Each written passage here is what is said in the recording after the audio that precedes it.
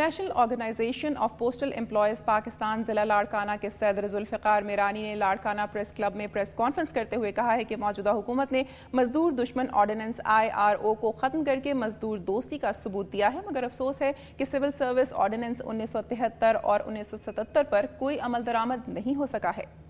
ذوالفقار میرانی نے مطالبہ کیا کہ پاکستان کے پوسٹ کے ملازمین کو 25% ڈیپینڈنٹ کوٹا بحال کیا جائے۔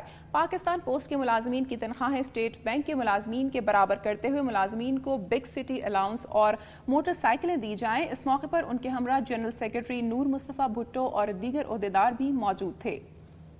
ناظرین، پھلوں کا بادشاہ آم اور وہ بھی سندھڑی آم، جس کا نام سنتے ہی منہ میں پانی آ جاتا ہے۔ جون جولائی کی تپتی دوپہر میں دریا یا نہر کنارے بیٹھ کر ٹھنڈے آم کھانے کا اپنا ہی ایک لطف ہے۔ آم کا پھل ان دنوں پک رہا ہے اور آخری مراحل میں ہے، مگر سندھڑی آم ان دنوں سخت خطرے میں ہے کیونکہ آم کے درختوں کو مختلف بیماریوں نے گھیر لیا ہے، جس سے نہ صرف پکا ہوا پھل خراب ہو رہا ہے بلکہ آموں کے باغات بھی تباہ ہونے کا اندیشہ ہے۔ آموں کو لگنے والی اس بیماری اور اس کے خاتمے کے لیے کیے جانے والے اقدامات کے بارے میں ہمیں بتا رہے ہیں حیدر سے سلطان زئی اپنی اس رپورٹ میں۔ میں اس وقت موجود ہوں قریشی فروٹ فارم نیو باران میں۔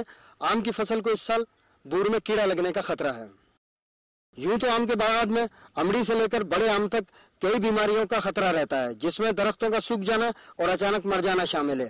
لہٰذا اس سلسلے میں زمیندار ہر سال اسپرے کراتے ہیں اور کچھ فارم یوریا کے استعمال کے بغیر صحت مند آم عوام تک پہنچانے کی کوشش کرتے ہیں۔ تاہم سندھ کے مختلف علاقوں میں اس سال سنڈی نما کیڑا امبڑی یعنی بور کو اندر سے کھوکھلا کر رہا ہے۔ اس ضمن میں تحقیقات اور اچھی ادویات کے اسپرے کی ضرورت ہے۔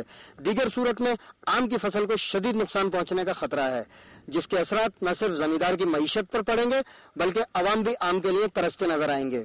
ادویات فروخت کرنے کی دوڑ میں کمپنیاں پھل اور پودوں کی فصلوں کو نہ صرف کمزور کر رہی ہیں بلکہ نئی بیماریوں کو بھی جنم دے رہی ہیں۔ کیمرامین عزیر خان کے ساتھ سلطان زئی، دنیا نیوز، حیدرآباد۔ اور ناظرین، اب آپ کو لیے چلتے ہیں بلوچستان کی سرزمین کی جانب۔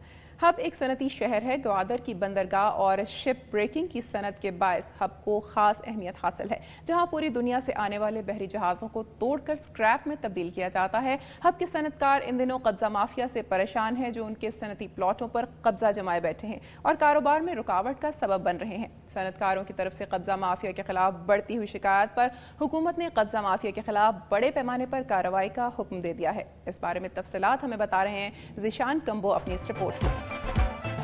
میں اس وقت موجود ہوں ہب میں، جہاں صنعت کاروں کی سینکڑوں ایکڑ زمین پر قبضہ ختم کرانے کے لیے ہب پولیس کارروائی کر رہی ہے۔ قبضہ مافیا کی سرگرمیوں کی اطلاعات تو ملتی رہتی تھیں، لیکن قبضہ مافیا کی جانب سے ہب کے صنعت کاروں کی 500 ایکڑ سے زائد زمین پر راتوں رات جھگیاں قائم کر کے وہاں پر خواتین اور بچوں کو آباد کرنے کے واقعے سے ہر فرد ششدر رہ گیا، جبکہ انتظامیہ اور پولیس بھی اس صورتحال سے سخت پریشان نظر آ رہی تھی۔ صنعت کاروں کے نمائندے نے صحافیوں کو بتایا کہ یہ زمین انہوں نے 30 سال قبل لیز پر حاصل کی تھی۔ آج تک کسی نے اس پر قبضہ نہیں کیا تھا، لیکن راتوں رات اس منظم طریقے سے قبضہ مافیا کی اس کارروائی نے ہمیں ہلا کر رکھ دیا ہے۔ اب پولیس کے ASP کی سربراہی میں گزشتہ ایک ہفتے سے قبضہ خالی کروانے کے لیے پولیس کا آپریشن جاری ہے، لیکن قبضہ مافیا کی خواتین کسی قیمت پر بھی وہاں سے نکلنے پر تیار نظر نہیں آتی ہیں۔ پولیس اور قبضہ مافیا کی یہ جنگ کہاں ختم ہوگی یہ کہنا تو مشکل ہے، لیکن اگر قبضہ مافیا انتظامیہ پر حاوی ہو گیا تو یہاں صنعتی عمل ضرور متاثر ہوگا۔ قبضہ مافیا کی حوصلہ شکنی کر کے ہی پرسکون صنعتی ماحول کو فروغ دیا جا سکتا ہے۔ اب پولیس کی کارروائی قابل ستائش ہے۔ ذیشان کمبو، دنیا نیوز، ہب، لسبیلا۔ چمن میں پینے کے پانی کی شدید قلت، عوام مہنگے داموں پانی کے ٹینکر خریدنے پر مجبور ہو گئے، جبکہ متعلقہ حکام کسی قسم کی کارروائی نہیں کر رہے۔ چمن میں جاری طویل غیر اعلانیہ لوڈ شیڈنگ کی وجہ سے پانی ٹینکر مافیا نے چمن کے عوام پر ظلم اور بربریت کا بازار گرم کر کے دونوں ہاتھوں سے لوٹ مار کا سلسلہ شروع کر رکھا ہے اور فی ٹینکر کی قیمت 350 روپے سے بڑھا کر 2500 روپے کر دی ہے۔ ٹینکر مافیا کی اس لوٹ مار سے آگاہی کے باوجود اعلیٰ ذمہ دار حکام ٹینکر مافیا کے خلاف کسی قسم کی قانونی کارروائی نہیں کر رہے۔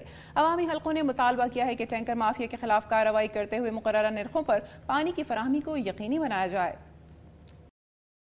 جعفر آباد کے ضلعی صدر سجاد احمد رند اور محمد اسحاق جمالی کی معطلی کے خلاف گورنمنٹ ٹیچر ایسوسی ایشن بلوچستان کے صوبائی صدر محمد نواز جتک کی قیادت میں نصیر آباد اور جعفر آباد کے سینکڑوں اساتذہ نے کمشنر آفس کا گھیراؤ کیا اور قومی شاہراہ بلاک کر کے حکومت کے خلاف سخت نعرے بازی کی۔